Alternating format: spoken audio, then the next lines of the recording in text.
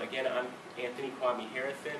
I have written a book about hip-hop, and I have done my best in terms of engaging and being part of this.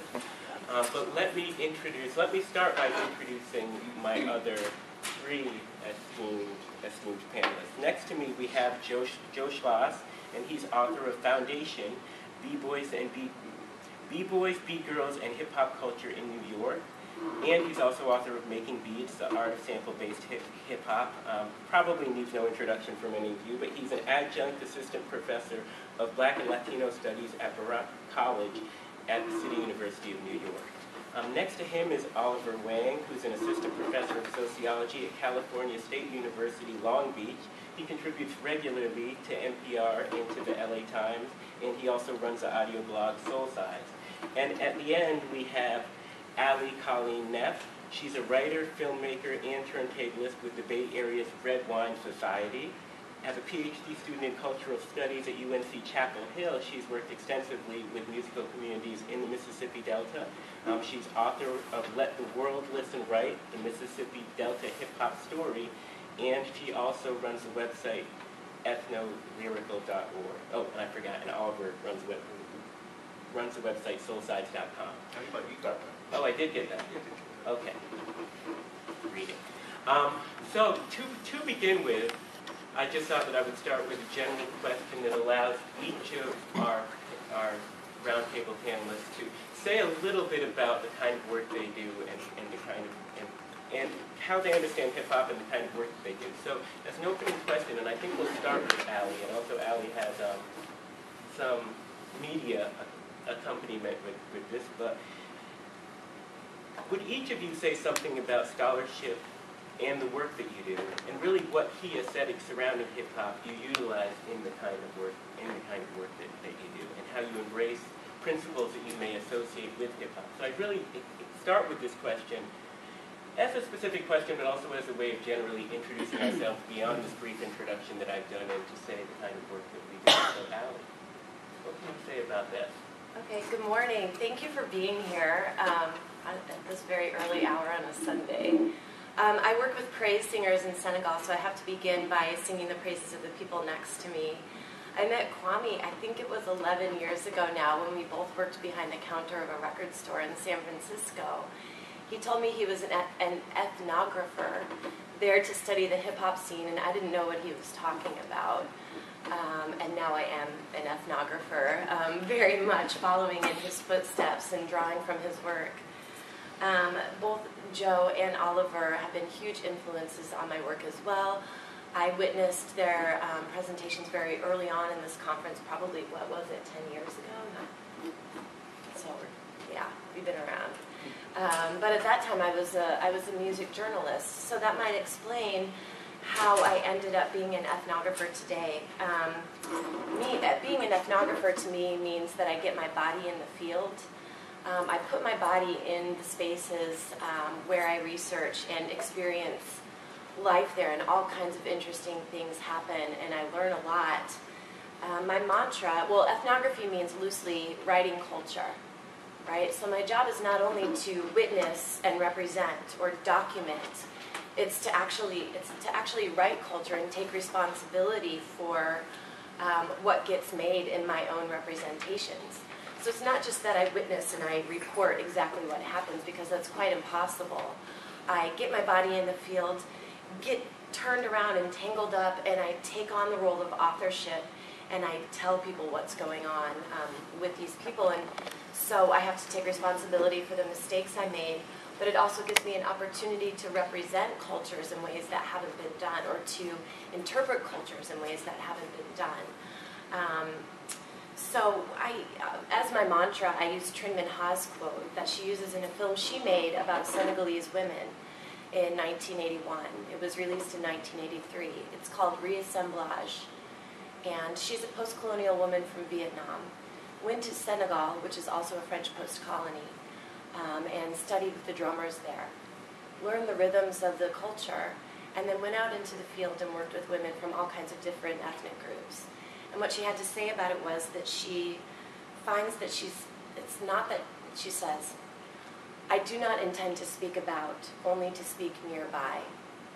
So ethnography enables me to be in a space and speak nearby people, and to let them speak nearby me.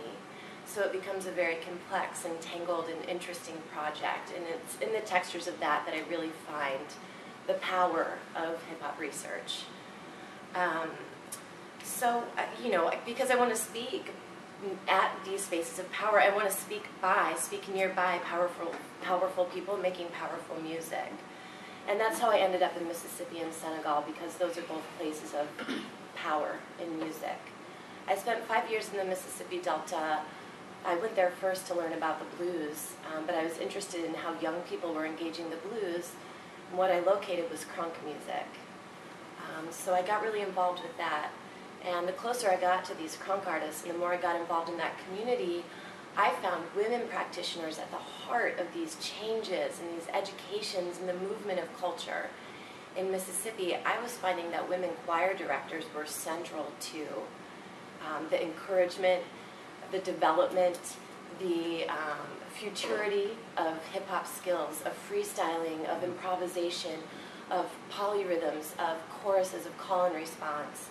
So that's been a really driving question in my research. I find that to be one of those spaces of power that I cannot access or be, but I can speak nearby. And then I went to Senegal, where women praise singers, griots, and also Sufi praise singers, the country's 96% Sufi, are very prominent. So I wanted to find out what these women had to say about what they do, find out what they're doing, and find out why they can't get any global representation. When we talk about African music, it's almost as if the only performers are males. And it's concerning because probably 90% of the active performers in Senegal are women.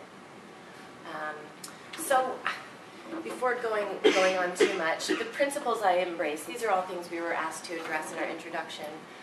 My praxis is about locating and making legible the power of music. So that's kind of vaguely what I'm trying to do. So I hang out with really powerful people and do my best to make their work legible. So quickly, I'm going to show a 2-minute clip and kind of illustrate how ethnography has been really central to learning, for me, learning about musical practice. And maybe these guys will have some ideas on how it illustrates their own work as well, because they've done similar embodied and revelatory research and preceded me in the field, so I really draw from what they do. And the people at this party are my adopted Senegalese relatives. The drummer here, or one of the drummers here, is my Senegalese papa and my drum teacher. What I expected to do is document the praise singing and really focus on that and have the dancing as this ambiance in the background of a short film I was making. But what happened was the project got hijacked and I learned something incredibly important. What you're going to see here in this short clip is it's rough footage, but it's cool because you're watching me as the camera operator have this revelation, right? I'm watching the drummers play and I'm thinking, this is amazing to watch how the drummers are drumming out this rhythm and the women are able to catch it so quickly. It's an improvisatory rhythm. So there's a basic rhythm that the women already know, everybody in the room already knows. It's based on a particular Wolof phrase. I don't remember which one this is, played on the drum. But what happens is, about halfway through, the dancer stops following the drummer, and something else very interesting happens. So I'll see if you all can detect that.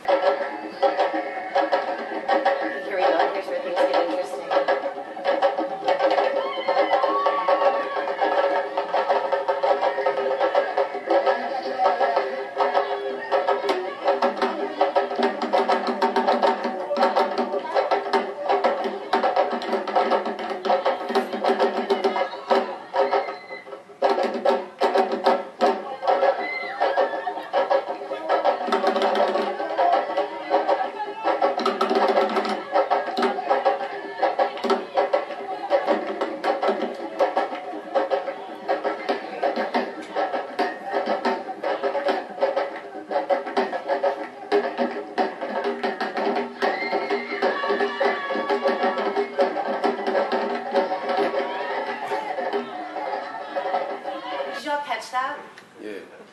Did you see what happened there? Yeah. So we're watching the drummer, it's very interesting. We're watching the dancers respond to the drummer, that's cool, that's what we expect. We start to get used to it and a little bit bored by it, right? And then all of a sudden we find it's not the drummer making the music, right? The space of generation, the space of improvisation, that's invisible, right? Unless I'm sitting in the middle of that space getting dirt kicked in my face, it's the woman who's doing the improvisation and the drummer who's following, right? And that's what I think that we share. That's what I think ethnography can bring to the table.